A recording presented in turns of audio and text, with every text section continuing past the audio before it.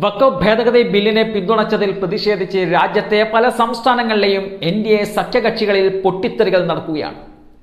Bill പാസാക്കിയതിന് തൊട്ടു പിന്നാലെ ബീഹാറിലെ നിതീഷ് കുമാറിന്റെ JDU-വിൽ 5 നേതാക്കളാണ് പാർട്ടി വിട്ടത്.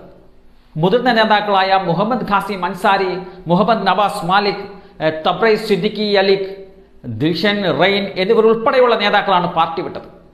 മതേതര മൂല്യങ്ങൾ ഉയർത്തിപ്പിടിക്കുമെന്ന് കരുതിയ ലക്ഷക്കണക്കിന് മുസ്ലിങ്ങളുടെ വിശ്വാസമാണ് ബില്ലിനെ പിന്തുണച്ചതിലൂടെ പാർട്ടി തകർത്തതെന്ന് പറഞ്ഞുകൊണ്ടാണ് ഈ നേതാക്കൾ പാർട്ടിയുടെ പ്രാഥമിക അംഗത്വത്തിൽ നിന്നും രാജിവെച്ചത്.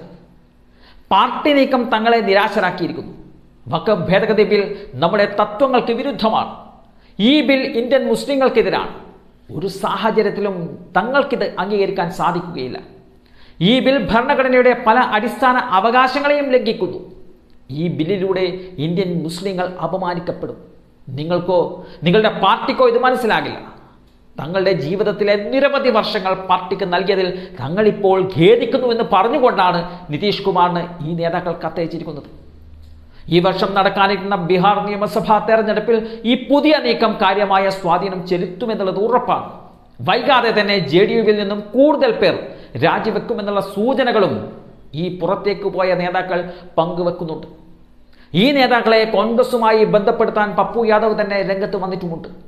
ന്യൂനപക്ഷ സ്നേഹം കാണിച്ച് ബീഹാറിൽ അധികാരത്തിലെത്തിയ നിതീഷ് കുമാറിന്റെ തനി നിറം പുറത്തു വന്നിരിക്കുന്നു.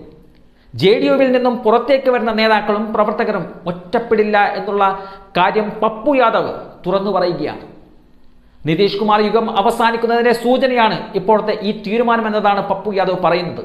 എന്തായാലും ബില്ലിനെ അനുകൂലിച്ചതിൽ വലിയ തിരിച്ചടി നിതീഷ് കുമാറിനെ കാത്തിരിക്കുന്നുണ്ട് എന്നതിൽ തർക്കമില്ല. ഇനിയും കൂടുതൽ നേതാക്കൾ JDU വിട്ടാൽ അത് നിയമസഭാ തെരഞ്ഞെടുപ്പിൽ സാരമായി ബാധിക്കുമെന്നതിൽ തർക്കമില്ല. BJP-ക്കെതിരെയുള്ള പ്രതിഷേധത്തിൽ കൂടുതൽ ന്യൂനപക്ഷ പിന്തുണകൾ ഉറപ്പാക്കാനുള്ള ശ്രമങ്ങളുമായി പ്രതിപക്ഷം രംഗത്തിറങ്ങിക്കഴിഞ്ഞിട്ടുണ്ട്.